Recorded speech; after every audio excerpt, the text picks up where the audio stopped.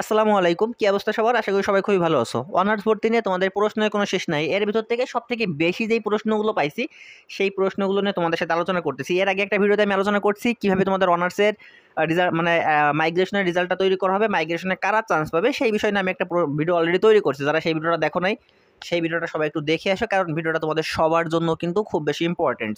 এখন আমি একটু আলোচনা করব। একটু আগে আমি আগের ভিডিওটা আমি সেইটা স্কিপ করে গেছিলাম যে কাদের মাইগ্রেশন করা মানে মাইগ্রেশন অন করা উচিত।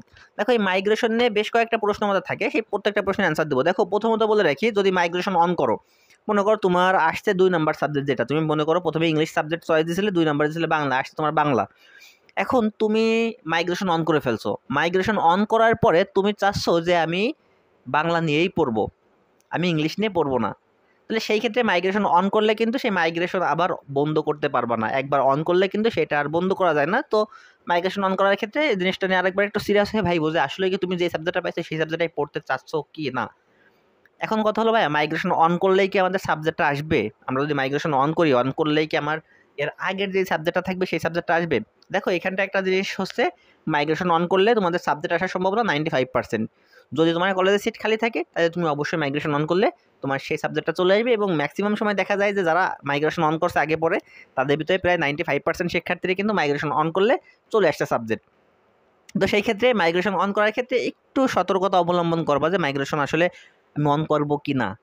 এখন দ্বিতীয়ত একটা প্রশ্ন তোমাদের কাছ থেকে অনেক বেশি পাইছি যে ভাইয়া, মনে করেন আমার পছন্দের সাবজেক্ট আমি ভুল কর্মে দিয়ে ফেলছিলাম ইংরেজি। এখন আমি ইংরেজি নিয়ে পড়তে চাচ্ছি না, আমার ফার্স্টে দিয়ে আসলো ইংরেজি, 2 নাম্বার দিয়ে আসলো বাংলা। এখন আমি চাচ্ছি বাংলা নিয়ে পড়তে, বাট আমি প্রথমে যেটা দিছিলাম আমার সেটাই আসছে। এখন আমি কি করব ভাইয়া? এখন কি আমার মাইগ্রেশন অন করলে বাংলা আসবে? দেখো, মাইগ্রেশন অন করলে এই সিস্টেমটা তোমার নাই যে তোমার বাংলা আসবে, কারণ মাইগ্রেশন অন করলে মাইগ্রেশনের সিস্টেমটা কি, মাইগ্রেশনের সিস্টেমটা হচ্ছে তোমার পিছনের সাবজেক্ট থেকে, অর্থাৎ নিচের থেকে উপরের দিকে উঠবে। এখন তোমার যদি উপরের সাবজেক্টটাই চলে আসে, তাহলে তার নিচের সাবজেক্টে আসার কোনো সম্ভাবনা নাই। তো সেই ক্ষেত্রে মাইগ্রেশন অন করে আমার মনে হয় না তোমাদের খুব বেশি লাভ হবে। তো তারপরেও চাইলে মাইগ্রেশন অন করে রাখতে পারো, কিন্তু কোনো ফলাফলই পাওয়া যাবে না। এখন কথা হলো, তাইলে ভাই আমি ইংলিশ নিয়ে পড়তে চাচ্ছি না, বাট আমার ইংলিশটাই প্রথমে দেওয়া ছিল, আমার ইংলিশটাই আসছে। আমি এখন মনে করতেছি আমার ইংলিশ নিয়ে পড়া ঠিক হবে না, বা আমি ইংলিশ নিয়ে পড়তে পারবো না, বা আমার পছন্দের সাবজেক্ট না, যে কোনো কারণে তুমি মনে করো সেই প্রথম যে সাবজেক্টটা আসছে সেই সাবজেক্টটাই পড়তে চাচ্ছ না। তাহলে সেই ক্ষেত্রে তোমাদের দ্বিতীয়ত যে প্রশ্নটা হয়েছিল যে ভাইয়া, তাহলে কি আমার ভর্তি হওয়া উচিত হবে, নাকি আমার ভর্তি না হয়ে দ্বিতীয় রিলিজ স্লিপের জন্য অপেক্ষা করতে হবে? দেখো, এখানটায় হিসাব সহজ।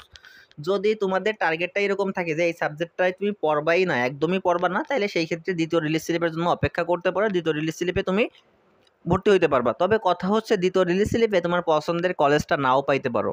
পছন্দের কলেজটা নাও পাইতে পারো। মনে করো পছন্দের কলেজটা পাইছো, বাট পছন্দের কলেজে তোমার পছন্দের সাবজেক্ট ফাঁকা নাই। তো সেই ক্ষেত্রে কিন্তু তুমি ওইখানটায় ভিন্ন রকমের একটা ধরা খেয়ে যাবে। সেই ক্ষেত্রে পছন্দের কলেজ পাবা না, কলেজ পাইলে সাবজেক্ট পাবে না, এরকম বিভিন্ন ঝামেলা কিন্তু হইতে পারে। রিলিজ স্লিপটা মূলত কাদের জন্য? রিলিজ স্লিপে আবেদন করবে কারা? দেখো, রিলিজ স্লিপে তারাই আবেদন করবে যারা একদম হতাশ হয়ে পড়তেছে, যাদের টার্গেটটা এরকমের যে আমার জাস্ট একটা সাবজেক্ট হইলেই হলো, যে কোনো একটা সাবজেক্ট পাইলেই আমার হচ্ছে।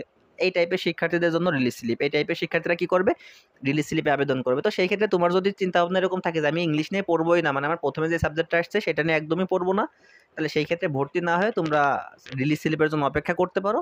তাহলে সেই ক্ষেত্রে তোমার ওই সাবজেক্টটা বাদে যে কোনো একটা সাবজেক্ট, তবে পছন্দের কলেজ বাদে যে কোনো একটা কলেজে তোমাদের হয়ে যাবে। আশা করি তোমাদের এই প্রশ্নগুলোর অ্যান্সারও পেয়ে গেছো। তো চ্যানেলটা যদি সাবস্ক্রাইব করানো থাকে, একটু চ্যানেলটাকে সাবস্ক্রাইব করো। কমেন্ট বক্সে জানাও কে কোন জায়গা থেকে দেখতেছো, কোন কলেজে আবেদন করছিলে, কোন সাবজেক্ট আসছে, এবং তোমরা বা বাদ বাকি তোমাদের যে টাইপের প্রশ্নগুলো আছে সবগুলো প্রশ্ন তোমরা কমেন্ট বক্সে করো। আমি তোমাদের সেই প্রশ্নগুলোর উত্তর দিয়ে দেওয়ার চেষ্টা করবো ইনশাল্লাহ।